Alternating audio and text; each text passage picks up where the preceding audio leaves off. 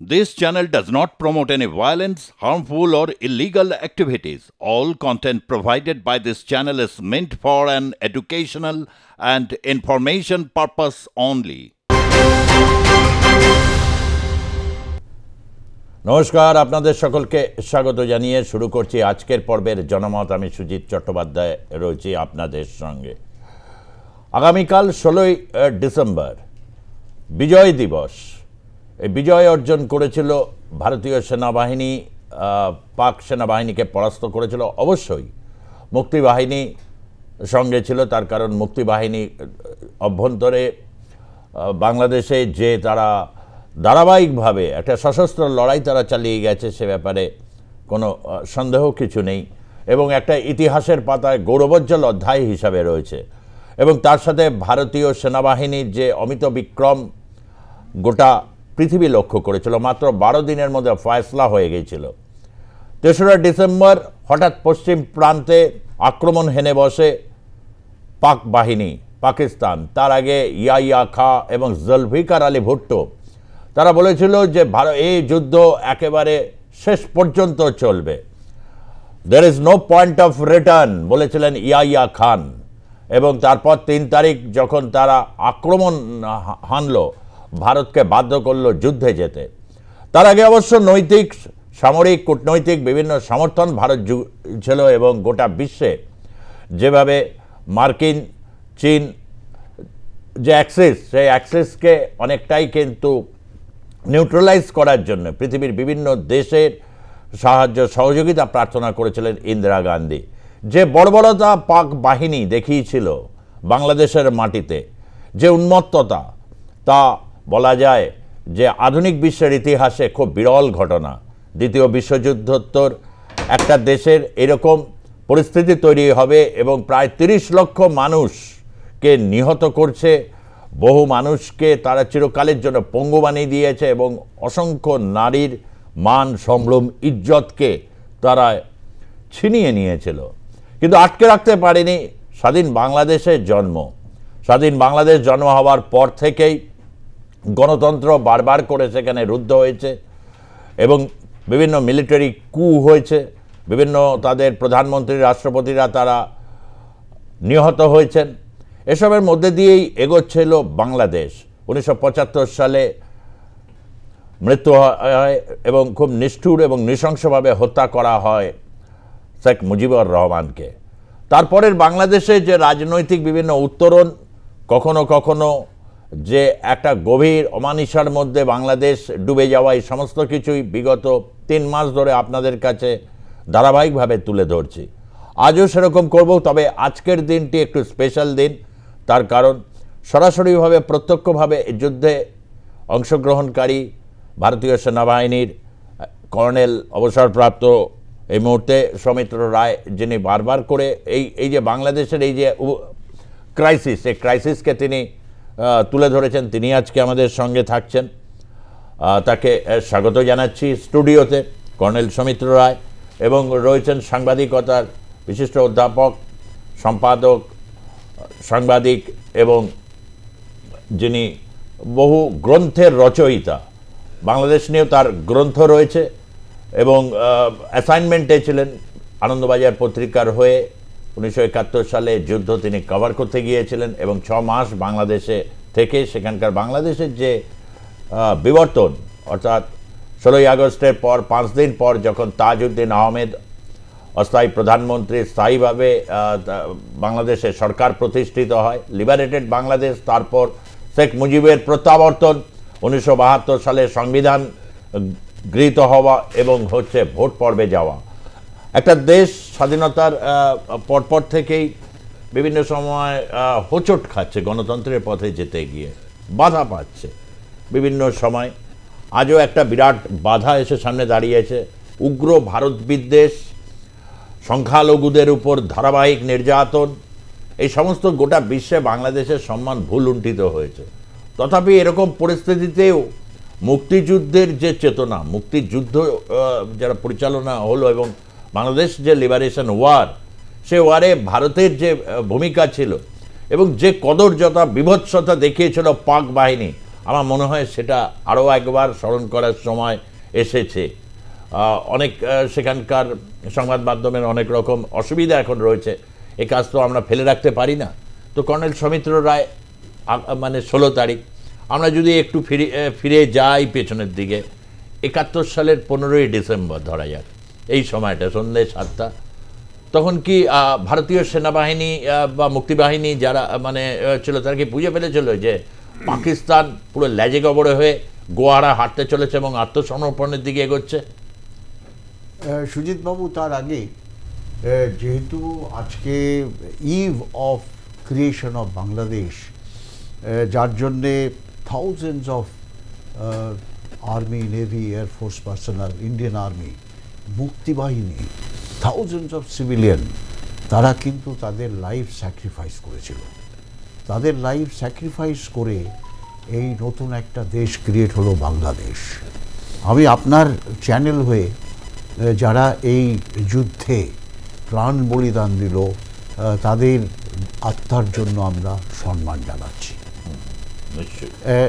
Lord Krishna ভগবদ্গীতায় কিন্তু বলেছেন, slain in the battle thou wilt will obtain heaven।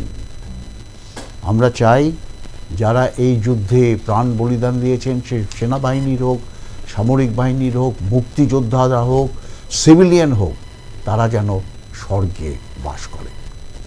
এবারে আসি, অত্যন্ত ইন্টারেস্টিং প্রশ্ন আপনি করেছেন যে এই যে একটা যুদ্ধ, ভারতবর্ষ কিন্তু একটা ফুল স্কেল কনভেনশনাল যুদ্ধের মধ্যে করলো, যেখানে army, navy, air force take part করলো।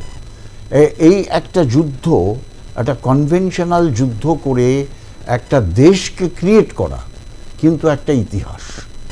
আর সেখানে মুক্তিযোদ্ধা বা মুক্তি বাহিনীদের অবদান কিন্তু আমরা ভুলতে পারবো না। আমি একটু ছোট্ট করে মুক্তি বাহিনীদের ইতিহাসটা বলি, এটা লোকে অনেকেই জানে না। প্রথম কথা হচ্ছে GOC in C, general officer commanding in chief eastern command, lieutenant general Jagjit Singh Aurora, উনি কিন্তু ওভারঅল ইনচার্জ ছিলেন to get Mukti Bahini organised.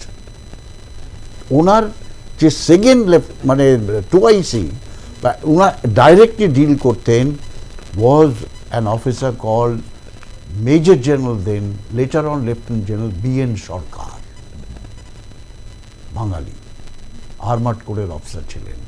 আমি একটু BN সরকারের সম্বন্ধে বলতে পারি। অত্যন্ত একটা দুঃখজনক ঘটনা আমি বলছি। উনি মেজর জেনারেল পর যখন যুদ্ধ শেষ হয়ে গেছে, লেফটেন্যান্ট জেনারেল প্রমোট করে উনি আর্মি হেডকোয়ার্টারে as a quartermaster general হয়ে গেলেন। তারপর যখন রিটায়ার করলেন, উনি কলকাতায় চলে এলেন, and he was suffering from some depression. উনি গোল পার্কে রামকৃষ্ণ মিশনে চলে এলেন, সেখানে লাইব্রেরির ইনচার্জ হয়ে গেলেন। ছোট্ট একটা রুমে 1 বেড 1 টেবিল, স্টাডি টেবিল করে উনি ওখানে ছিলেন। হঠাৎ করে উনি গায়েব হয়ে গেলেন, হি ডিসঅ্যাপিয়ার্ড। কেউ জানে না যে উনি কোথায় ডিসঅ্যাপিয়ার হয়ে গেলেন।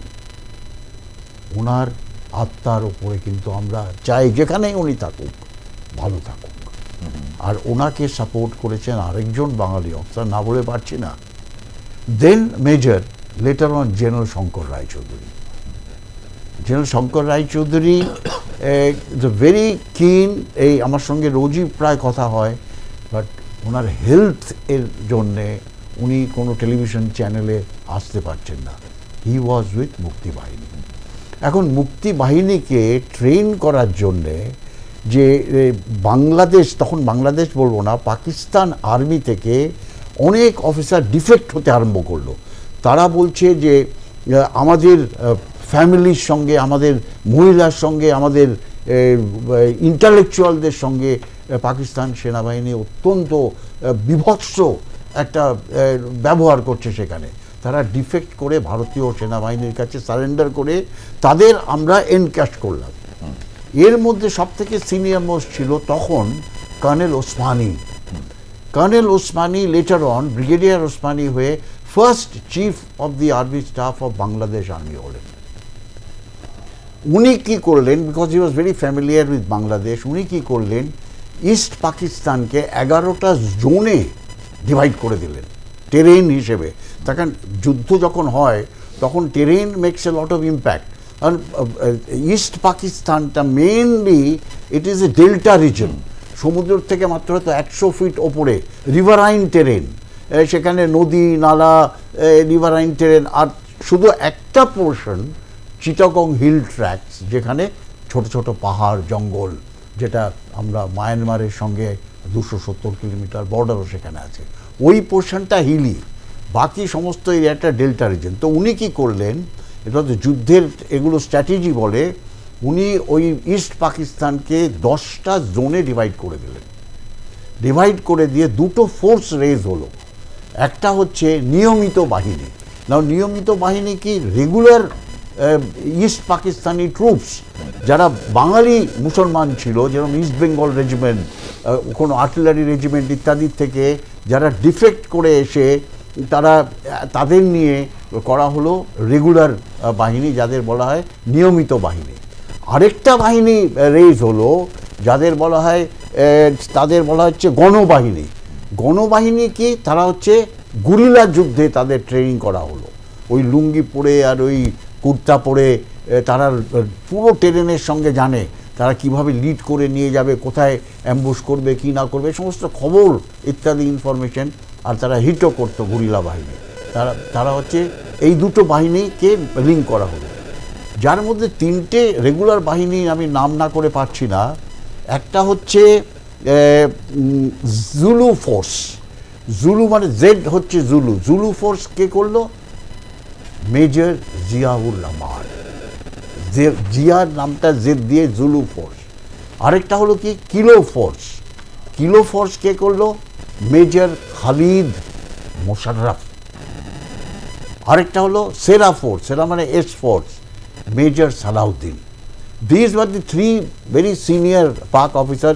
যেরকম Ziaur Rahman was a commando, para commando ও পাকিস্তান আর্মির। তা এদের 3টে ফোর্স করে, এদের রেগুলার ফোর্স করে, এদের নিচে মুক্তি যারা গুরিলা বাহিনী দিয়ে আর ভারতীয় সেনার সঙ্গে লিঙ্ক করে দিয়ে, আর এখন আমরা 3টে কোর, আমাদের 3 কোর টুক part. 2 core under general Raina MBC, তাই যশোহরের দিকে মুভমেন্ট করলাম আমরা। 4 কোর আন্ডার জেনারেল সগৎ সিং, নর্থের ওপর থেকে ত্রিপুরা হয়ে মুভ করলো। আর 33 core under Thapan, general Thapan, তারা মুভ করলো সেন্টার দিয়ে। মানে 3 প্রং, 3টে কোর অফেন্সিভ আমরা ইস্ট পাকিস্তানের ওপরে করলাম। তাই এটার যেটা আপনাকে বলছি, যে আপনি যে বললেন যে আজকের দিনে যদি আমরা 71-এ ফিরে যাই, পাকিস্তান সেনার কিন্তু মনোবল ওয়াজ ইন বুটস, টোটালি তাদের মনোবল ভেঙে গিয়েছিল। তারা জানে তারা আর এখানে যুদ্ধ করতে পারবে না। এর দুটো কারণ ছিল। একটা হচ্ছে আমাদের যে offensive 3-4 offensive with paradropping, domination of air, পাকিস্তানের এয়ার কিছুই ছিল না ওখানে, কমপ্লিট এয়ার আমরা ডমিনেট করছিলাম, নেভির দিক থেকে ডমিনেট করছিল। আর তার সঙ্গে সঙ্গে স্যাম মানেকশার psychological warfare, the very interesting, খুব লোকে জানে না। হেলিকপ্টার দিয়ে, এয়ারক্রাফট দিয়ে লিফলেট ড্রপ করা হলো জায়গায় জায়গায়, স্পেশালি যেখানে পাকিস্তান আর্মি হোল্ড করেছিল, ডিফেন্স লাগিয়েছিল, যে তোমরা সারেন্ডার করো, তোমরা বেঁচে যাবে, তোমাদের সঙ্গে একেবারে জিনেভা কনভেনশনের মতো ডিল করে তোমাদের বাড়িতে চলে যাবে, তোমাদের বাবা, তোমাদের ছেলে মেয়ে, মা বউ সব ওয়েট করে আছে, তোমরা যাও, আদারওয়াইজ তোমরা মৃত্যুর জন্য তৈরি হও। 1-to-1 ফোনে জেনারেল নিয়াজিকে স্যাম মানেকশা বলল, Niazi, what you want? You want to go and meet your wife and children, or you want to get killed? You surrender. মনোবল কিন্তু টোটালি ওদের ব্রেক হয়ে গেছিল। ওদের ফাইটিং ক্যাপাবিলিটিস কিছু ছিল, but there once you break the morale to fight, you have won the world. একদমই মানসিকভাবে এমনই বিধ্বস্ত হয়ে গেছিল। পুরো ইতিহাসটাকে এত চমৎকারভাবে কর্নেল সৌমিত্র রায় তিনি তুলে ধরলেন। একদিকে গণবাহিনী, যেটাকে গেরিলা বাহিনী বলা যায়, এবং তার সাথে 3টে যে আপনি বললেন ফোর্স তৈরি হয়েছিল, রাইট, ঠিক ঠিক ফোর্স তৈরি হয়েছিল, 3টে force, kilo force, Zulu force আর সেরা ফোর্স। হ্যাঁ, সেরা ফোর্স। এই 3জন অসাধারণ অফিসারের নেতৃত্বে একদিকে হচ্ছে বাংলাদেশের মুক্তিযুদ্ধ, অন্যদিকে হচ্ছে ভারতের সেরা সেরা অফিসার রয়েছেন, এবং তো স্বয়ং শ্যাম মানেকশর। এবং সাইকোলজিক্যালি পাকিস্তানের কাছে সারেন্ডার করা ছাড়া সেই মুহূর্তে কিছু আর করার ছিল না। এবং এই যে অপমান, এই যে তাদের হয়েছিল, এবং হচ্ছে যে গণহত্যা তারা চালিয়েছিল, যে পাশবিকতা তারা চালিয়েছিল, তার বিরুদ্ধে বারবার বাংলাদেশ রুখে দাঁড়িয়েছে। সেই মুক্তিযুদ্ধের চেতনাকে ভুলুণ্ঠিত করার চেষ্টা রয়েছে। আমি ডক্টর পার্থ চট্টোপাধ্যায় আপনার কাছে আসবো। প্রশ্ন খুব এখন স্বাভাবিক, এই মুহূর্তের বাংলাদেশে মুক্তিযুদ্ধ, তার যে চেতনা, সেই চেতনার সাথে চ্যালেঞ্জ হচ্ছে মৌলবাদী শক্তি। আপনি 16ই ডিসেম্বর, তারপরে দীর্ঘ সময় সেখানে ছিলেন।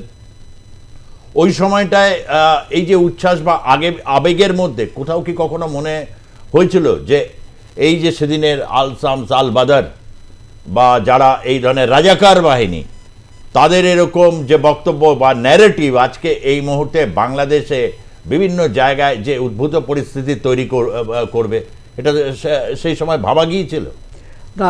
সেই সময় ওই মৌলবাদী শক্তি তারা কিন্তু ওই মুহূর্তে মাথাচাড়া দেয়নি, তাতে কিছু সময় লেগেছিল। তারা যে ছিল এটার প্রমাণ পাওয়া গেছে। আমি থাকতে থাকতেই 1 মাসের মধ্যেই সেই সমস্ত শক্তিরা নানাভাবে নিজেদের প্রকাশ করছিল। আমি যেটা আপনাদের বলছি যে এটা একটা অভূতপূর্ব দৃশ্য, কারণ একটা দেশ যুদ্ধে পরাজিত হয়েছে এবং আরেকটা দেশ এবং তার মুক্তিবাহিনী সেটাকে স্বাধীন করছে। সেই সময়ে দেশের কি অবস্থা, একটা শহরের কি অবস্থা, এটা দেখা একটা বিরল ভাগ্য একটা সাংবাদিকের পক্ষে। যারা যুদ্ধ করেন, যারা যোদ্ধা, তারা তো দেখেনি, তারা তো এই কাজই তারা করেন। আমাদের পক্ষে তো সেটা সম্ভব হয় না, কিন্তু এইটাই আমার একটা বিরল ভাগ্য হয়েছিল। তো এই যে ভাগ্যটা, এই বিরল ভাগ্যটাকে তুলে ধরার জন্যে আমি একটা বই লিখেছি, এই ডেডলাইন ঢাকা। এই বইটা এটা বাংলাদেশ পার করেছে এবং কলকাতাতে 3-4টে এডিশন শেষ হয়ে গেছে। তারপরে আমার আমার সাংবাদিকতা আমার সময়, এই বইটা তো এটা আছে এবং মুজিবের কথা আছে। তো এইটাকে একটা ডকুমেন্ট, কারণ আর কোনো বই নেই সেই সময়কার ডকুমেন্ট বলতে গেলে, এটা বই নেই। এবং আমার আজকে খুব ভাবতে ভালো লাগছে যে এই 16ই ডিসেম্বরের জন্যে, আমার এই কাজের জন্যে ইস্টার্ন কমান্ড আমাকে স্মারকটি গত বছর দিয়েছেন। এই দেখুন, এই ছবিটা ভালো করে দেখান। এই ছবিটা হচ্ছে আসল ছবি, যে সারেন্ডারের ছবি। আমি একটু কৃষ্ণেন্দুকে বলবো একটু ছবিটা দেখাবার জন্য। ছবিটা সাংবাদিক হিসেবে সত্যি এটা একজন, যে কোনো সাংবাদিকের কাছে এটা একটা বিরল সৌভাগ্যের ব্যাপার। 16 তারিখ যখন বাংলাদেশ মুক্ত হচ্ছে এবং একটা নতুন দেশের জন্ম হচ্ছে, সারা পৃথিবীকে আলোড়িত করে একটা আলোকবর্তিকা হিসাবে প্রদীপের মতো সে জ্বলে উঠছে। 16 তারিখ বিকেল ঠিক 4:31 আত্মসমর্পণ করে পাক বাহিনী। সেই বিরল দৃশ্যের যে ছবি, এই ছবি আপনারা দেখতে পাচ্ছেন, এবং সেটাই আপনার, এটা আমাদের প্রত্যেকের কাছে গর্বের এই মুহূর্তটা। এটা যে কোনো মুক্তিযুদ্ধকে, পৃথিবীর সব মানুষ হচ্ছে মুক্তি চেতনা সম্মানের সাথে বেঁচে থাকতে চায়, এটাই মানুষের একটা মৌলিক অধিকার। বাংলাদেশে 71 সাল সেটা দেখিয়েছিল। কিন্তু আমরা যখন এই সময় দাঁড়িয়ে সাংবাদিকতা করছি, বিভিন্ন ছবি আসছে, লাইভ স্ট্রিমিং যখন হয়, কাঁচা কাঁচা খিস্তি গালাগালি, ভারতের ভূমিকাকে অগ্রাহ্য করার যে প্রবণতা, বিন্দুমাত্র শিষ্টাচার না দেখাবার যে সৌজন্য যা বারবার দেখা যাচ্ছে, এটাও একটা কিন্তু কখনো ভাবা যায়নি। এটাও একটা বিরল সময়ের মধ্যে দিয়ে কিন্তু আমরা যাচ্ছি। সেটা আমরা কোনোদিন ভাবিনি। আমরা যেটা দেখেছি ঢাকাতে, আমরা যখন ঢুকলাম, কারণ সে একটা আরেকটা গল্প, কীভাবে ঢুকলাম, কীভাবে আমাদের স্টিমার সেল হলো, সে আমি তার মধ্যে যাচ্ছি না। আমি বলছি আমরা নারায়ণগঞ্জে যখন ঢুকলাম বিকেলবেলা 3টের সময়, তখন আমরা কী করে কোথায় যাবো আমরা কিছু জানি না।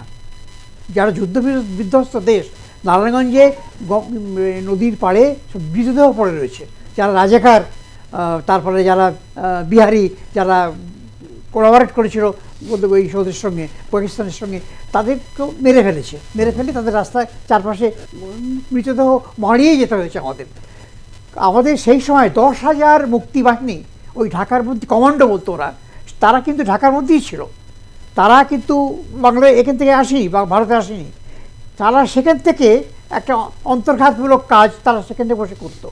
এবং ওই 16ই ডিসেম্বর যেই পাক বাহিনী সারেন্ডার করলো, তারা বেরিয়ে এসে সমস্ত শহরের ভার তারা গ্রহণ করে নিল। আচ্ছা, আর যে প্রত্যেকের হাতে তখন অস্ত্র, তারপর এত অস্ত্র কোথায় পেলে জিজ্ঞাসা করেছিলাম, তো ওরা বললো এই অস্ত্রগুলো এই কিন্তু আমার রাজাকারদের অস্ত্র, এগুলো আমরা কিন্তু পাইনি, আমাদের হাতে ছিল না, আগে এত অস্ত্র ছিল না। এই প্রত্যেকটি রাজাকার বাহিনীকে তারা সশস্ত্র করেছিল, পাকিস্তানি বাহিনী, বদর, রাজাকার, এই সমস্ত যারা পঞ্চম বাহিনী ছিল তাদের প্রত্যেকে সশস্ত্র ছিল, কিন্তু তারা ওদের কাজ ছিল তখন। তারপরে স্বাধীনতার পরেই ওদের কাজ হলো যে সারেন্ডার করা হলো, এবং এই সময় অনেক সংঘর্ষ হয়েছে, ছোটোখাটো সংঘর্ষ হয়েছে ওদের সঙ্গে। তারপরে আমাদের ওরা নিয়ে গেল ইন্টারকন্টিনেন্টাল হোটেলে, এবং এইটা দেখলাম রেড ক্রসের ভূমিকা, অসাধারণ ভূমিকা। ওই যুদ্ধবিধ্বস্ত একটা শহরের মধ্যে রেড ক্রস ভাড়া নিয়ে নিল ইন্টারকন্টিনেন্টাল হোটেলে, এবং সেখানে ওই যে অন্তর্বর্তীকালীন যে সরকার পাকিস্তান করে দিয়ে গিয়েছিল ডক্টর মালিকের অধীনে একটা ক্যাবিনেট, সেই পুরো ক্যাবিনেটকে ওরা সারেন্ডার করে ওই হোটেলে রেখে দিল। তারপরে ওখানকার কিছু কিছু ব্যবসায়ী তাদের নিরাপত্তার জন্যে তারা ওই হোটেলে এলেন, পাকিস্তানি কিছু কোলাবরেটর যারা ছিলেন, যারা এক্সপোজ হয়ে গেছিলেন, তারাও কিন্তু ওই ইন্টারকন্টিনেন্টাল হোটেলে এলেন। তা আমরা ইন্টারকন্টিনেন্টাল হোটেলে যখন গেলাম, আমাদের ওই মুক্তিবাহিনী ওরা গাড়ি করে নিয়ে গেল ওখানে, আমরা কোথায় যাবো জানতাম না কিছু, নিয়ে গেল। আমরা সেখানে আমরা নাম রেজিস্ট্রি করলাম, এবং রেড ক্রস আমাদের একটা করে কার্ড দিয়ে দিল, আমরা সেই হোটেলে তখন থাকলাম, এবং সেখান থেকে আমাদের অপারেশন শুরু হলো। এবং রাস্তায় বেরোতে আমরা তখন আমি স্পেশালি একটা আর্মি ট্রেনিং দিয়েছিলাম, ওয়ার করেসপন্ডেন্ট ট্রেনিং দিয়েছিল আর্মি সে সময়। তো সেই ট্রেনিংয়ে আমি কি জলন্ধর, অমৃতসর, এইসব জায়গা থেকে, পুরো হরিয়ানা, পাঞ্জাব, এইসব জায়গায় সেই একটা পোশাক পেয়েছিলাম আমরা আমাদের অফিস থেকে, ওই আর একটা ব্যাজ দিয়েছিল গভর্নমেন্ট, খবর সাংবাদী বলে। এই ব্যাজটা পরে আমরা রাস্তায় যখন বেরোচ্ছি, তখন অনেকেই ভাবছি আমরাও আর্মির লোক, কারণ ইন্ডিয়ান আর্মির তখন প্রচণ্ড খাতির, সমস্ত মানুষ যেই আর্মির লোককে দেখছে তারা হ্যান্ডশেক করছে, আর জিজ্ঞেস করছে রাস্তা দিয়ে হেঁটে গেলে, গাড়ি থেমে যাচ্ছে, বলছে আপনার কোনো লিফট যাবে, কোথায় যাবেন বলুন। তো এরকম করে অনেক সাধারণ মানুষ আমাদের দেখে লিফট দিয়েছে, শুধুমাত্র আমাদের ইন্ডিয়ান আর্মির পোশাক ছিল বলে। তো এবং তারা বলেছে যদি আপনাদের টাকার দরকার হয় তাও বলুন, যে আপনারা তো এসেছেন, আমরা টাকা দেবো, পরে কলকাতা গেলে দিয়ে দেবেন, এও বলেছে। তারপরে আর্মির সঙ্গেও দেখলাম অনেক বাংলাদেশি বেশ খাতির হয়ে গেছে, তারা একসঙ্গে গল্প করছে, হোটেলে চা খাচ্ছে। তো এই জায়গা থেকে একটু আমি কর্নেল সৌমিত্র রায়ের কাছে আসব। আপনি একদিন বলতে বলতে খুব ইমোশনাল হয়ে পড়েছিলেন, যে একটা জায়গায় আপনি ঢুকে মানে গিয়ে দেখতে পাচ্ছেন আর কি, যে বেয়নেট দিয়ে খুঁচিয়ে মেরেছে অনেক মহিলা আর কি, বোঝাই যাচ্ছে তারা তাদের ধর্ষণ করে হত্যা করা হয়েছে, বিভিন্ন রকম ঘটনা প্রবাহ আপনি দেখছেন। এই যে রাজাকার বাহিনী, যে বাহিনীকে নিয়ে অনেকে এখন মানে জামাত ইসলামের যিনি ডক্টর শফিকুর রহমান, তিনিও মুক্তিযুদ্ধের, সকলেই বলছে মুক্তিযুদ্ধে ছিলাম, মুক্তিযুদ্ধ মানে মুজিব নয়, মুক্তিযুদ্ধ মানে হচ্ছে শুধু এই নয়, একটাই পরিবার নাকি মুক্তিযুদ্ধের। কিন্তু এই যে এত শত নাম আপনি বলছেন, তাদের তো আমরা মনে রেখেছি, যাই না বাংলাদেশের ইতিহাসে কি চর্চা হয়েছে। এই জায়গাটাকে থেকে দাঁড়িয়ে আমি একটা আপনার কাছে আসব, কিন্তু তার আগে একটা শুধু ছোট প্রতিবেদন নিয়ে নিয়েছি আজকে। সেখানে দেখা যাচ্ছে যেদিন মুক্তিবাহিনী বললেন কর্নেল সৌমিত্র রায়, যে লুঙ্গি পরে ফতুয়া, তাদের হাতে অস্ত্র, এবং তারা বিভিন্নভাবে গেরিলা যুদ্ধের সাথে তারা সম্পৃক্ত ছিল, বিভিন্ন খবরাখবর। আর আজকে হুজুররা তারা মাহফিল বা তারা করছে ধর্মীয় সভা, সেখানে অস্ত্র হাতে রয়েছেন। এবং তাসলিমা নাসরিন সকালবেলা আজকে এটা পোস্ট করে বলছেন যে বাংলাদেশ সম্পূর্ণভাবে সামাজিক জীবনে বা সমস্ত কিছুতে জঙ্গিরা সেখানে হয়ে গেছে। আর দেখতেই পাচ্ছেন বন্দুক এবং সেলফি তুলছেন জঙ্গি মহারাজ। তো এই অবস্থা, মানে এই জায়গাটা থেকে আমরা এই ছবিটা দেখে একটা প্রতিবেদন দেখে নেব।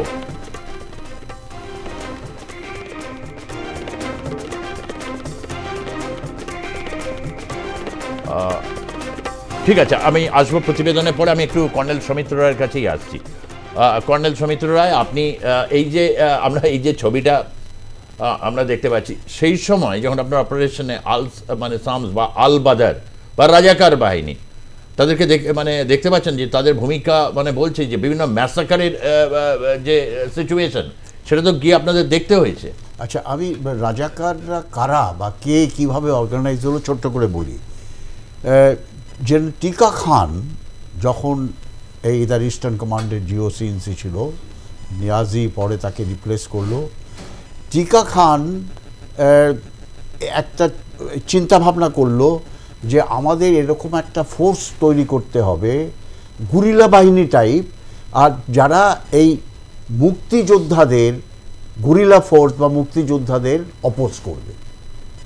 সেই জন্য তারা কি করলো, যারা পাকপন্থী, যারা চায়নি যে বাংলাদেশ ক্রিয়েট হোক, তাদের ওখান থেকে ইয়াং লোককে রিক্রুট করে তাদের ট্রেন করে পুরো পাকিস্তান আর্মির যত আর্মস, অ্যামুনিশন, ওয়েপন, এক্সপ্লোসিভ দিয়ে দিল। এমনকি যেখানে পাকিস্তান আর্মি কয়েক জায়গায় ডিফেন্স নিয়েছিল, সেই ডিফেন্স ওয়াজ কম্বাইন্ড ডিফেন্স। কিছু পাকিস্তান রেগুলার সেনাবাহিনী, তার সঙ্গে রাজাকারের একটা কোম্পানি, ধরুন 130টা রাজাকারকে সেখানে ঢুকিয়ে দিল। এইভাবে, আর প্লাস যত আওয়ামী লীগের, মানে আমি নাম নিয়ে বলছি, আওয়ামী লীগের সাপোর্টার, আওয়ামী লীগের যারা দল করে বা আওয়ামী লীগের নেতা, এই রাজাকারদের টাস্ক ছিল কি তাদের ধরো আর মারো। সিমিলারলি ইন্টালেকচুয়ালস, যত ইন্টালেকচুয়াল ছিল বাংলাদেশে, ইস্ট পাকিস্তানে তখন, student leader, professor, doctors, engineers, মারো, গুলি করে মেরে ফেলে দাও, ফিনিশ দেম অফ।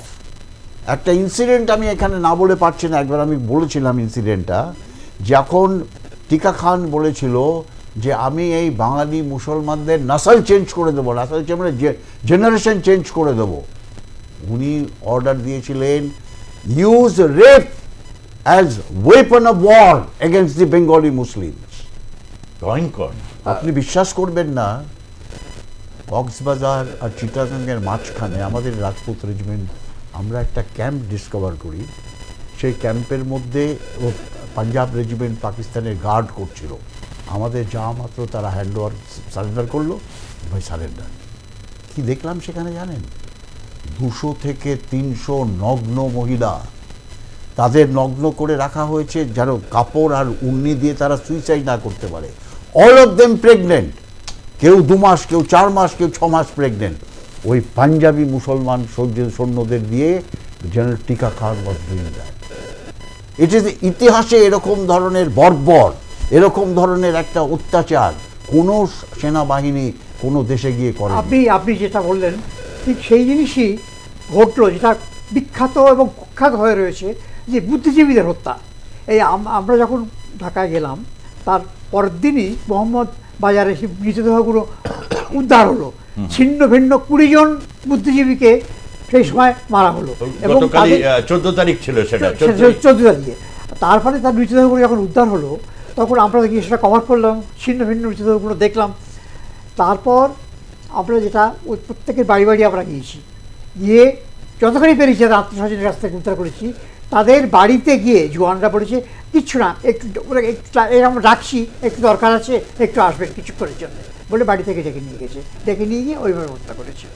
এবং তার মধ্যে যে যেমন ধরুন আপনি ওই সন্তোষ ভট্টাচার্য, যিনি ঢাকা বিশ্ববিদ্যালয়ের ইতিহাসের অধ্যাপক ছিলেন, তারপর মুনির চৌধুরী, বিখ্যাত লোক, যিনি বাংলা টাইপরাইটার তৈরি করেছিলেন, নাটক লিখতেন কবর বলে, তার একটা বিখ্যাত নাটক আছে। সে মুনি 4 ভাই কবির চৌধুরী ছিলেন। কবির চৌধুরীর সঙ্গে আমরা পরবর্তীকালে ওইখানে প্রতিদিন মিট করতাম। কবি খুব আমার সঙ্গে হৃদ্যতা দিয়েছিল।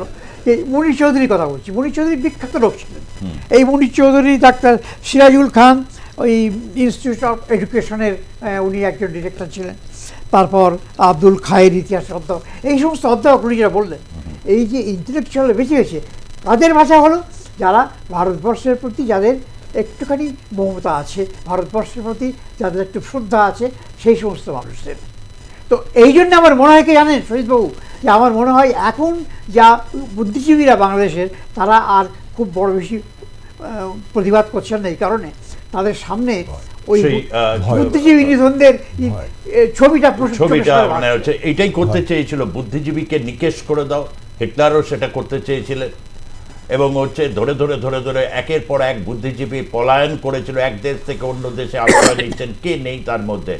বার্টল্ড ব্রেক থেকে শুরু করে চার্লি চ্যাপলিন, ঠিক সেম কাজ পাক বাহিনী করেছিল বাংলাদেশে। এবং জেনারেল টিক্কা খান, তার যে ভূমিকা, তার জেনেটিক স্ট্রাকচারকে বদলে দিতে হবে, বাঙালি মুসলমানের প্রতি তার যে বিদ্বেষ, এবং সেই বিদ্বেষে সেদিন তো হিন্দু সমাজ, বৌদ্ধ সমাজ, যারা সেদিনকে ছিল, যারা মনে করে যে আমার ভাষা তোমার ভাষা, প্রত্যেকের ভাষাটাই তো এক, শুধু ধর্মীয় পরিচিতি সেই বিভেদটাকে রাখবে, এটা কেন? আজ কিন্তু বাংলাদেশে সেটা রয়েছে, এবং অনেকে প্রশ্ন তুলছেন বুদ্ধিজীবীরা কোথায় গেলেন। হয়তো 14ই মার্চে সে ভয়াবহ, 14ই ডিসেম্বরে সে ভয়াবহ স্মৃতি তাদেরকে আজও তাড়িয়ে বেড়ায়। এটাই করতে চেয়েছিল, কিন্তু ভারতীয় সেনাবাহিনী তো আর যে সে নয় যে সে ছেড়ে দেবে, ততোধিক পরিমাণে তারা ইন্টেন্সিটি রেখেছিল। এবং এই যুদ্ধের পর এক একজন যারা নায়ক, তারা ইতিহাসের চরিত্র হয়ে উঠলেন, মিথ হয়ে গিয়েছিলেন। বিশেষ করে কত যে শ্যাম মানেকশকে নিয়ে কত যে গল্প কাহিনী, বা আমরা যারা মানে এতে রয়েছি জগজিৎ সিং অরোরাকে নিয়ে ছোটবেলায় এইসব ছবি মুহূর্তের মধ্যে সেটা স্পার্ক দিত। সেই তাজউদ্দিন আহমেদ ঠিক আগামীকাল 16 তারিখ, তার 5 দিন পর তাজউদ্দিন আহমেদেরা দেশে পড়ে স্থায়ী সরকার তৈরি করছে। আর ভারত জেনিভা কনভেনশন মেনে সেই দেশের হাতে সমস্ত দায়িত্ব দিয়ে এন্টায়ার সেনাবাহিনী চলে আসে, এবং তার আগে 93,000 যাদেরকে সম্পূর্ণভাবে যে বর্বরতা তারা চালিয়েছিল, ভারতের যথেষ্ট শক্তি সেদিন ছিল, কিন্তু তারা জেনিভা কনভেনশন মেনেছে। আজ সে নিয়েও অনেকে প্রশ্ন করছে, এই সমস্ত সেদিনের এই আল বদর, আল শামসের যারা রাজাকার, তারা এই প্রশ্ন করছে। আমাদের এটা দেখে একজন মন্তব্য করেছেন যে বাংলাদেশের কোনো চ্যানেলে কিন্তু 16ই ডিসেম্বর হচ্ছে না, কেননা এটা নিয়ে প্রশ্ন আছে যে আদৌ এটা তারা ঠিক এই প্রশ্নটা বলবো। 16ই ডিসেম্বর উপলক্ষে বাংলাদেশের কোনো টিভি চ্যানেল কিছুই দেখাচ্ছে না, আবু তাহের লিখছেন। 16ই ডিসেম্বর উপলক্ষে বাংলাদেশের কোনো টিভি চ্যানেল কিছুই দেখাচ্ছে না। আপনাদের এই আলোচনা দেখে খুব ভালো লাগছে, ধন্যবাদ আবু তাহের। আমরা এই ব্যাপারে দায়বদ্ধতার কারণ হচ্ছে ভারতের সেদিনকে রক্ত দিয়ে এসছে যারা, যে সেনাবাহিনী, যে উদ্বাস্তুদের চাপ নিয়েছে এই বঙ্গবাসী, তারা কিন্তু 71 কোনোদিন ভুলতে পারবে না। সেনাবাহিনীর একটা বড় ভূমিকা আমি যেটা দেখেছি ওখানে, যে একটা বিজয়ী সেনা একটা দেশে যখন ঢোকে, তখন তারা লুটপাট করে, তখন তারা রেপ করে, এই দ্বিতীয় মহাযুদ্ধ থেকে আরম্ভ করে, এগুলো শুধু নিয়ম। কিন্তু আমি এত অদ্ভুত কনস্ট্রেন্ট ইন্ডিয়ান আর্মির, যে প্রত্যেক মানুষকে তারা কোথাও কারোর কোনো রকম কোনো কাউকে অ্যারেস্ট করেনি, কারোর গায়ে হাত দেয়নি। এবং শুধু তাই নয়, যে আমি ঢাকাতে মার্কেটে তারপরেই গিয়েছি, দেখেছি যে ইন্ডিয়ান আর্মির জওয়ানেরা পয়সা দিয়ে সেই জিনিস কিনছে, ইচ্ছে করলে তারা লুট করতে পারত, নিয়ে নিতে পারতো।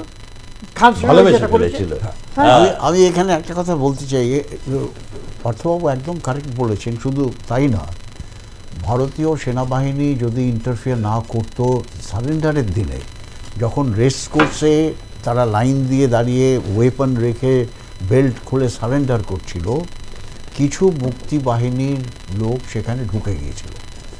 ঢুকে গিয়ে বিলিভ মি, একটা লাইন করে রাজাকার আর কিছু পাক বাহিনীরও সোলজার সেখানে ছিল, তাদের আমরা যে ব্যানেট ফাইটিং শিখিয়েছিলাম, ঘোপ নিকাল তানসাত করে তাদের ওপরে ঘোপ নিকাল করতে আরম্ভ করেছিল। ভারতীয় সেনা তাদের স্টপ করবে, আউট, এটা সারেন্ডার আমাদের কাছে করছে, তোমাদের কাছে করছে না, তোমরা যাও এখান থেকে। আমরা প্রমিস করেছি, will keep the Geneva convention at the top, and nobody will be able to touch any soldier, whether they are Rajakars or whether they are Pak army. এই মুহূর্তে বাংলাদেশে অনেকে বলছে, অনেক সংবাদপত্র বা বিভিন্ন আলোচনায় আসছে, আসলে পাকিস্তানকে ভেঙে দেওয়া উদ্দেশ্য ছিল হচ্ছে ভারতে, মানে পূর্ব পাকিস্তান বা বাংলাদেশ গঠনটা ভারতের মুখ্য উদ্দেশ্য ছিল না, নানা ধরনের এই সমস্ত কথাবার্তাগুলো মানে উঠে আসছে। কি বলবেন মানে এই বিষয়ে? না এখন একটা কথা আছে, after death is the inquest. যখন ব্যাপারটা ঘটে গেছে নানা ধরনের এর মধ্যে জল্পনা কল্পনা, অ্যাকচুয়াল ট্রু স্টোরিটা যে কি সেটা হয়তো কেউই জানবে না। ব্যাপারটা হচ্ছে যে কি হলো তখন, আমি যদি আবার একটু ব্যাকে চলে যাই, 1970 সালে যখন পাকিস্তানে জেনারেল ইলেকশন হলো, তখন ওই জেনারেল ইলেকশনের মধ্যে দুটো মেইন পলিটিক্যাল পার্টি এমার্জ করলো, আওয়ামী লীগ আর peoples party of Pakistan. Awami League under Sheikh Mujibur Rahman from the east Pakistan and peoples party of Pakistan under Zulfikar Ali Bhutto in the west. ইলেকশনের রেজাল্টটা যখন বেরোলো তখন ইস্ট পাকিস্তানে 168টা সিটের মধ্যে 162টা সিট পেল আওয়ামী লীগ, আর ওয়েস্ট পাকিস্তানে 130টা সিটের মধ্যে 80টা সিট পেল Zulfikar Ali Bhutto, single largest party হিসাবে এমার্জ করেছিল। সেখানে Awami League, the leader of Awami League is suppose to be the prime minister of Pakistan, Sheikh Mujibur রহমানকে হতে দিল না। তখন আলটিমেটলি একটা প্ল্যান হলো, শেখ মুজিবুর রহমানই অ্যাপ্রোচ করেছিল ভারতবর্ষ, আমি একটা স্ট্র্যাটেজিক ব্যাপার বলছি, অ্যান্ড হাইয়েস্ট লেভেল পলিটিক্যাল ব্যাপার ছিল যে please help me out, because আমাকে ওরা জেলে করবে, জেলে বন্ধ করে দিয়েছিল, আওয়ামী লীগকে ফিনিশ করে দেবে with the help of the Pakistan army chief general Ziaul general যাই হোক। তা সেইখানে আমাদের সরকার বললো আমরা হেল্প করব। যেই ওখানে টিকা খান, ওই আর্মির ব্যাপারটা যখন ওখানে এসে গেল, ওই মুক্তি বাহিনী টাইনি রেস শুরু হয়ে গেল, ওই টিকা খানকে পাঠিয়ে টিকা খান ওখানে পুরো 1 লক্ষ আরও সোলজার, পাকিস্তানি সোলজার ইন্ডাক্ট করলো, ইন্ডাক্ট করে ওই অত্যাচার শুরু করলো কি বাঙালিদের শেষ করে দাও। তখন থাউজেন্ডস অফ রিফিউজিস চলে এলো আমাদের পশ্চিমবাংলা, আসাম, ত্রিপুরা। আর আপনি বিশ্বাস করবেন না সুজিতবাবু, এই যুদ্ধ শেষ হওয়ার পরেও আমাদের ভারতবর্ষ এই রিফিউজিদের ইকোনমিক স্ট্রেন্থ থেকে বেরোবার জন্যে আমরা রিফিউজি ট্যাক্স দিয়ে দিচ্ছিলাম, প্রত্যেকটি গভর্নমেন্ট অফিসিয়াল অ্যান্ড গভর্নমেন্ট সেই রিফিউজি ট্যাক্স 4-5 বছর ধরে দিয়ে গেছে আমরা।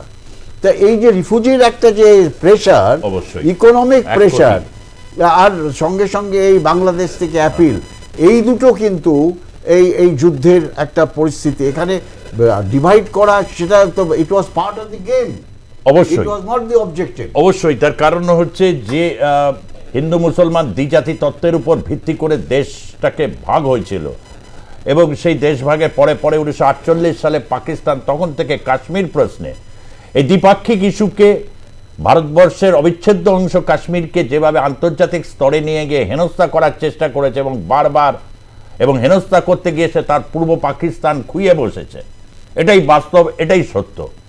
এবং তার বদলা নেবার নানা রকম ফন্দি ফিকির, বড় বড় কথা, বড় বড় সমস্ত ডায়লগ এগুলো আসছে। একদারে যখন ম্যাজিস্ট্রেসি পাওয়ার আছে বাংলাদেশে এই মুহূর্তে, বাংলাদেশের সেনাবাহিনী তার যে গৌরবোজ্জ্বল ভূমিকাকে আগামী সময় নিঃসন্দেহে সেটাকে অ্যানালিসিস করবে। এবং ডক্টর ইউনূস যিনি রয়েছেন, তিনি আদৌ প্রগতির পথে বাংলাদেশকে নিয়ে যেতে চাইছেন, নাকি এক রকমভাবে কোথাও একটা সাম্রাজ্যবাদীদের ইশারায় মৌলবাদীদের তিনি তোয়াজ করতে করতে বাংলাদেশকে যে কোন খাতে নিয়ে যাচ্ছেন সে প্রশ্ন আমরা করছি না, আমরা দেখাচ্ছি বিভিন্ন রকম ঘটনা প্রবাহ, সে প্রশ্ন বাংলাদেশের বিভিন্ন জায়গা থেকে আসছে। এখন শুরু হয়ে গেছে মুসল পর্ব। এই তো সার্জিস আলম সে বলছে যে ডক্টর ইউনূস যদি হলো আপনাকেও আমরা কিন্তু ছাড়বো না। বাঘের পিঠে চড়ে বসেছেন ডক্টর ইউনূস, সেই শুরুতেই বলেছিলাম, এবং সেইখান থেকে তিনি আর নামতে পারবেন না। বাঘ এখন যেখানে নিয়ে যাবে তাকে তার উপর চড়ে বসে যেতে হবে। কি বলেছে সার্জিস আলম একটু শুনে নেব। বিবেকবোধের জায়গায় যদি আমাদের মনে হয় যে কেউ আপনারা এই অভ্যুত্থানের স্পিরিটের সাথে বিশ্বাসঘাতকতা করছেন, even professor doctor Mohammad Yunus যদি হয়, আমরা তাকেও ছেড়ে কথা বলবো না। আমরা বিবেকবোধ বেঁচে দেওয়া ওই প্রজন্ম নয়। বিবেকবোধ বেঁচে দেওয়া প্রজন্ম হলে আমার পাশে থাকা বিশ্বের অন্যতম পরাশক্তি ভারতের দালালি করতাম আমরা, কিন্তু আমরা তা করি না, করব না। আমরা আমাদের জায়গা থেকে স্পষ্ট করে বলেছি, পৃথিবীর যে কোনো দেশের সাথে আমাদের সম্পর্ক হবে সমতার, মর্যাদার। কেউ বিন্দুমাত্র ডমিনেন্স করার চেষ্টা করলে তার সাথে চোখ লাগিয়ে কথা হবে, বুলেটের সামনে বুক পেতে দেওয়া হবে। মানে আমি একটা কথা বলবো যে এই আপনি বাংলাদেশ জয়ের যে আপনি বলছেন যে মনে করছে যে পাকিস্তানকে বিচ্ছিন্ন করা, হয়তো একটা হয়ে গেছে, সেটা একটা কারণ, কিন্তু যেটা আসল ছিল, যার জন্যে সমস্ত আমার পশ্চিমবাংলার বাঙালিরা, ভারতবাসীরা যার জন্য মুক্তিযুদ্ধে যোগ দিয়েছিলেন, সেটি হলো যে দ্বিজাতি তত্ত্বের যে নীতি, যে বিষ বাঙালির মধ্যে ঢুকে গিয়েছিল, সেইটাই চুরমার হয়ে গিয়েছিল। এই দ্বিজাতি তত্ত্ব বিষটা দুটো ভাগ, মুসলমান একটা জাতি এবং তাদের একটা দেশ চাই, এই যে নীতি চাই, মুজিবুর রহমান আর কিছু না করুন, এবং আওয়ামী লীগ সেই থিওরিটাকে চুরমার করে ফেঁকে দিয়েছিল, এবং এটা ভারতবাসী এবং পশ্চিমবাংলার মানুষ এটাকে গ্রহণ করেছিল। এই যে দ্বিজাতি তত্ত্ব, আমি একটা উদাহরণ আপনাকে দিচ্ছি। বিহারিরা যখন ওখানে several thousand বিহারি ছিল বাংলাদেশে, তারা বললো যে আমরা বাংলাদেশে জয়েন করব না, বাংলাদেশের সঙ্গে আমরা আমাদের নাগরিকত্ব নেব না। আমি জিজ্ঞেস করেছিলাম তাদের ক্যাম্পে গিয়ে যে কেন, না বললে যে আমরা দ্বিজাতি তত্ত্ব বিশ্বাস করি এবং দ্বিজাতি তত্ত্বের জন্যই আমরা কিন্তু দেশ ছেড়ে পাকিস্তানে গিয়েছি। এখন যদি পাকিস্তান, পূর্ব পাকিস্তান বলে যে আমরা দ্বিজাতি তত্ত্ব মানি না, আমরা মুসলমানদের জন্য কোনো আলাদা দেশ চাই না, তাহলে আমরা এখানে কোথায় থাকবো? তাহলে আমরা যেখানে গিয়েছিলাম, যেখান থেকে এসেছিলাম ভারতবর্ষে, আমাদের পাঠিয়ে দিন, আমরা আর বাংলাদেশে থাকবো না।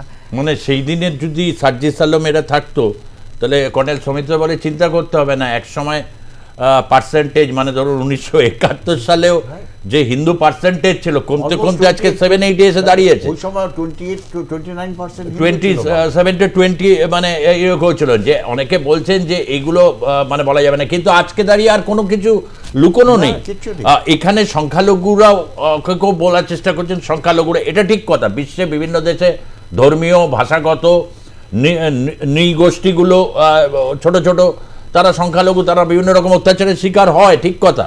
কিন্তু ভারতবর্ষে সংখ্যালঘুর সংখ্যা কমে গেছে পার্সেন্টেজ, এটা তো কেউ মানবে না, কিন্তু বাংলাদেশে কমেছে। কি আশ্চর্য ব্যাপার, একসাথে লড়াইয়ের এই যে পরিণতি। মানে সেই দিন যদি এই মানে সার্জিস থেকে শুরু করে এই বা ডক্টর ইউনূস, তখন তিনি ছিলেন বিদেশে পড়াশোনা করতেন, তারা যদি থাকতে বলছে চিন্তার কোনো কারণ নেই, আস্তে আস্তে সব ঠিক হয়ে যাবে। কারণ হচ্ছে এখন তো প্রায় ওই দিকেই এগোচ্ছে ক্রমশ। মানে কিন্তু আলটিমেটলি কি সত্যি, এটা শেষ প্রশ্ন আমার কাছে, আলটিমেটলি কি সত্যি মুক্তিযুদ্ধের স্পিরিটকে ডক্টর ইউনূস গ্যাং কি পারবে, বা এই যে যারা রয়েছে তারা এটাকে সাপ্রেস করে দিতে পারবে? না, আমি পারবে না। আমি তার কারণ বলছি। গতকাল বাংলাদেশে ঢাকাতে কি হলো, আমি ছোট্ট করে বলি। ঢাকার প্রেস ক্লাবে এই যে ইন্টালেকচুয়াল শহীদ দিবস, it was suppose to be intellectual শহীদ দিবস, সেটা কিন্তু পালন করা হলো। কিন্তু সেই প্রেস ক্লাবে কারা সেটা গিয়ে পালন করলো, আপনি অবাক হয়ে যাবেন। জামাত গিয়ে ঢুকে গিয়ে প্রেস ক্লাবকে কন্ট্রোল করে নিল। কন্ট্রোল করে নিয়ে গিয়ে তারা বলছে ইন্টালেকচুয়াল আর যারা শহীদ হয়েছে তাদের জন্য আমরা এই মালা টালা দেবো। ইউনূসও দু একটা জায়গায় গিয়ে মালা টালা দিল। আমার কথা হচ্ছে যে বিএনপির ক্রিয়েটার হচ্ছে জেনারেল জিয়াউর রহমান। জেনারেল জিয়াউর রহমানের যে কন্ট্রিবিউশন, সেটা কি এই বাংলাদেশিরা ভুলতে পারবে? জেনারেল জিয়াউর রহমান যে কু করে সে বাংলাদেশকে একটা আগে আবার নিয়ে যাওয়ার চেষ্টা করলো, তারপর আবার সেও আবার কুর নিচে চলে গেল, তাও আবার আর্মি অফিসারের নিচে গেল। এই যে ব্যাপারটা, এটা কিন্তু বাংলাদেশিরা ভুলতে পারবে না। এরা ultimately general Ziaur Rahman and এই যে সালাউদ্দিন আর খালিদ মুশাররফের কন্ট্রিবিউশন, আরেকজন বাঙালি অফিসারের কথা নাম না বলে পারছি না আমি, I will make a mistake if I don't take his name, একমাত্র Hindu Pakistani army officer major then Chittaranjan Dutta. Major general Chittaranjan, ঢাকাতে ওনার নামে রোড আছে, রাস্তা আছে। উনিও ডিফেক্ট করে চলে এসেছিলেন, but he said I M a strong Hindu. এই হিন্দুদের যত অর্গানাইজেশন ছিল উনি কিন্তু তার চেয়ারম্যান ছিলেন। লেটার অন উনি অনেক বড় বড় পোস্ট অ্যাম্বাসেডার অমুক তমুক বিদেশে উনি ছিলেন যখন আওয়ামী লীগের সময়। এখন এটাকে এই যে ইতিহাসটা, এই যতই ওরা চেষ্টা করুক, এই লিবারেশনের ইতিহাস, ক্রিয়েশন অফ বাংলাদেশ, এরা কিন্তু মুছতে পারবে না। আমি পিসিআরকে বলবো আরও 1-2 মিনিটের সময় এক্সট্রা একটু আমার জন্যে। আমি পার্থবাবুকেও ওটা বলবো, এই মুহূর্তে দাঁড়িয়ে বহু সাংবাদিক জেলের মধ্যে বন্দি জীবন কাটাচ্ছেন। 2 মাস অতিক্রান্ত, সাংবাদিকতা আক্রান্ত, মানবিকতা আক্রান্ত, সংখ্যালঘু সম্প্রদায় প্রতি মুহূর্তে সংখ্যা বিপদের মধ্যে দিয়ে যাচ্ছেন। তার সাথে চুরি, অর্থ পাচার, তোলাবাজি, যে অভিযোগগুলো, মানে বাংলাদেশে এক যে পরিস্থিতিটা চলছে, মুক্তিযুদ্ধের চেতনাকে দাবিয়ে দেওয়ার চেষ্টা হচ্ছে। আপনি দেখলেন একজন লিখেছে যে কোনো চ্যানেলও এ নিয়ে আলোচনা নেই, মুক্তিযুদ্ধ বা বিজয় দিবস বা এটাকে তারা মানতে চাইছে না। কিন্তু আলটিমেটলি কি সফল হবে বলে আপনি মনে করেন? এইটা খুব বলা খুব মুশকিল এটা, কারণ আমরা অন্য মুসলিম কান্ট্রির যে পরিস্থিতিগুলো দেখছি সেগুলো কিন্তু কেয়স, যেমন সিরিয়া বলুন বা এই আরব যে বসন্ত যে বিপ্লব হয়েছিল তার রেজাল্ট যে বিভিন্ন জায়গায় ছড়িয়ে পড়েছে, তাতে কিন্তু শান্তি, কিন্তু পিস কিন্তু কোনো জায়গায় আসেনি। সমস্ত জায়গাতে একটা স্বৈরতন্ত্র চলে যাচ্ছে আর একটা স্বৈরতন্ত্র সেটাকে টেক ওভার করছে। তো আমার মনে হয় না যে এত সহজে আপনি যেটা ভাবছেন যে বাংলাদেশ আবার আগের পরিস্থিতি ফিরে আসবে এবং আগের মতো মুক্তিযুদ্ধের স্পিরিটটা আবার দেখা দেবে, এর রাতারাতি আমি এটা মনে হয় না। একে কিন্তু বহু পরীক্ষার মধ্যে দিয়ে, বহু কষ্টের মধ্যে দিয়ে বাংলাদেশে যেতে হবে। বাংলাদেশের মানুষ কিন্তু ভুল করছে, তারা বুঝছে না, তাদের কাছে সাম্প্রদায়িকতা শক্তিটা আর পাকিস্তানের ইনস্টিগেশন এইটি তাদের কাছে বড় হয়ে উঠছে। এইটি দুঃখের কথা। যে পাকিস্তান বদলে দিতে চেয়েছিল বাংলাদেশকে, তার সভ্যতা সংস্কৃতিকে একেবারে চরম অপমান করেছিল, সেটা যদি তাদের স্টিয়ারিং ফোর্সে ওঠে তাহলে বলতে হবে, যেটা পার্থবাবু বললেন, তাহলে বাংলাদেশের মানুষ ভুল করছেন।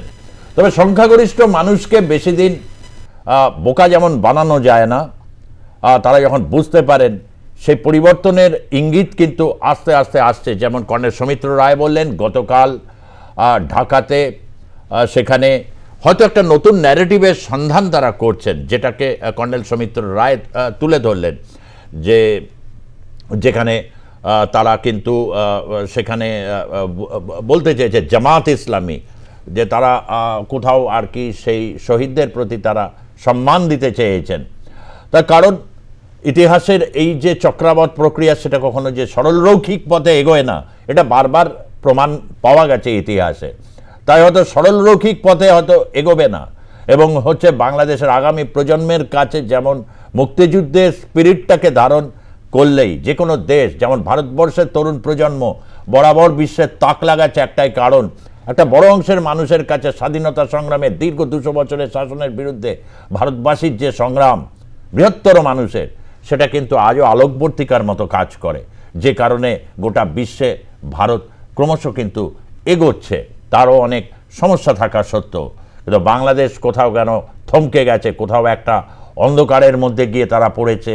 সেখান থেকেই কিন্তু তাদের বেরিয়ে আসার যে সংগ্রাম যেভাবে চলছে, যে অপশক্তিগুলো যা রকম কাজ করছে, যে কিছু হচ্ছে, তার সমস্ত কিছুই কিন্তু আমরা আপনাদের কাছে তুলে ধরছি বিতর্ক এবং বিশ্লেষণের মাধ্যমে। আজকে শোতে যোগদান করার জন্যে আমি কর্নেল সৌমিত্র রায় আপনাকে ধন্যবাদ জানাই, ডক্টর পার্থ চট্টোপাধ্যায় আপনাকেও ধন্যবাদ জানাচ্ছি। আমাদের খুবই বিরল অভিজ্ঞতা হলো 71-এর একদম সামনাসামনি থেকে তারা মুক্তিযুদ্ধ দেখেছেন। কর্নেল সৌমিত্র রায় তো তিনি একজন ভারতীয় সেনাবাহিনীর একজন যোদ্ধা অফিসার। সুতরাং আমরা আজকে অনেকটাই সমৃদ্ধ আজকে আমরা হলাম।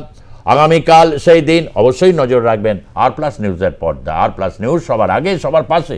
ধন্যবাদ, নমস্কার।